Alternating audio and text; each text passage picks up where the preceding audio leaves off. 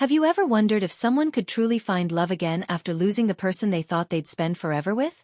Or how a child's innocent words could carry the power to heal a broken heart? For country singer Rory Feek, these questions became part of his real life.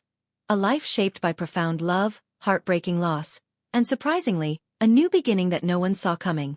It's been 8 long years since Rory lost his beloved wife Joey to cancer, a loss that left not just an empty space beside him, but a silence in the music they once made together, and in the home they built with their daughter Indiana. Joey wasn't just his partner in life. She was his partner in song, his soulmate, his best friend. So when she passed away at just 40 years old, after a painful battle with colorectal and cervical cancer, the world watched as Rory grieved not only the love of his life but the voice that had harmonized with his on and off the stage. Fans who followed Rory and Joey's story know that their love was rare, tender, honest, and deep-rooted in faith. Together, they had created something beautiful, both as musicians and as parents to Indiana, who was born with Down syndrome. After Joey's passing, Rory channeled his heartbreak into his blog and music, opening up about his struggles as a single father and a widower, giving fans a window into the raw, day-to-day reality of loss and fatherhood.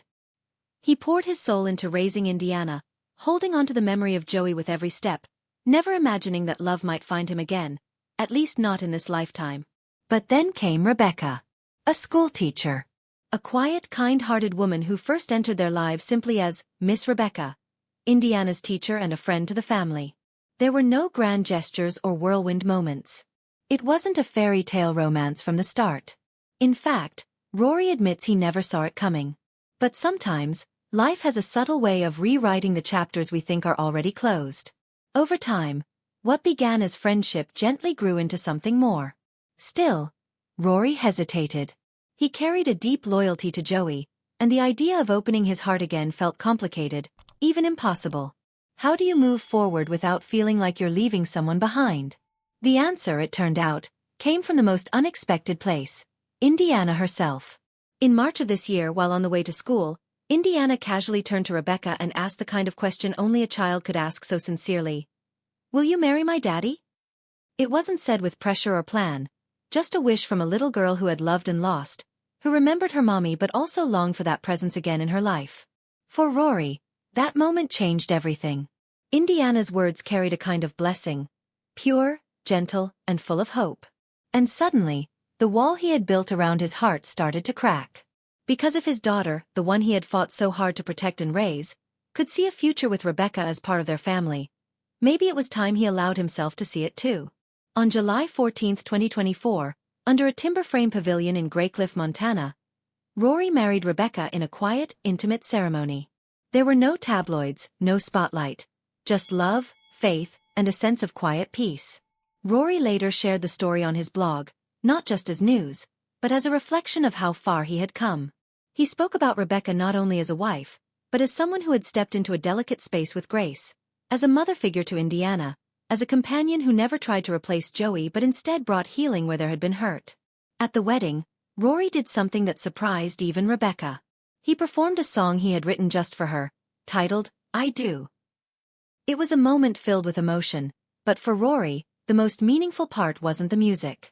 It was watching Rebecca embrace Indiana with open arms, witnessing his daughter feel that motherly warmth again.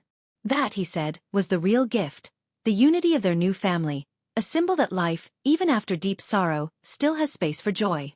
The road to this point has been anything but easy. Losing Joey was a blow that could have closed Rory off from love forever. She wasn't just his wife. She was part of every piece of his soul.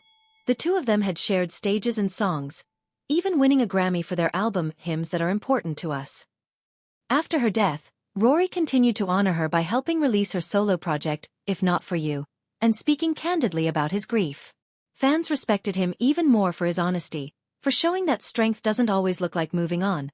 Sometimes it means standing still in the pain until life gently nudges you forward again. Rebecca's arrival wasn't some quick fix. It wasn't about filling a void or rewriting history. It was about acceptance, about letting love grow in a new space, one that included the past, but wasn't chained to it. And in doing so, Rory found something he never expected: peace. For Indiana, it meant gaining a mom figure who sees her not through the lens of diagnosis or difficulty, but with the kind of unconditional love every child deserves.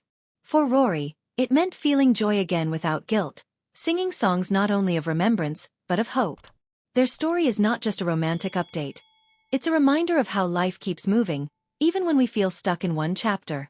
How sometimes, healing comes in the quiet gestures, in a child's wish, or in the soft way someone enters your life and chooses to stay.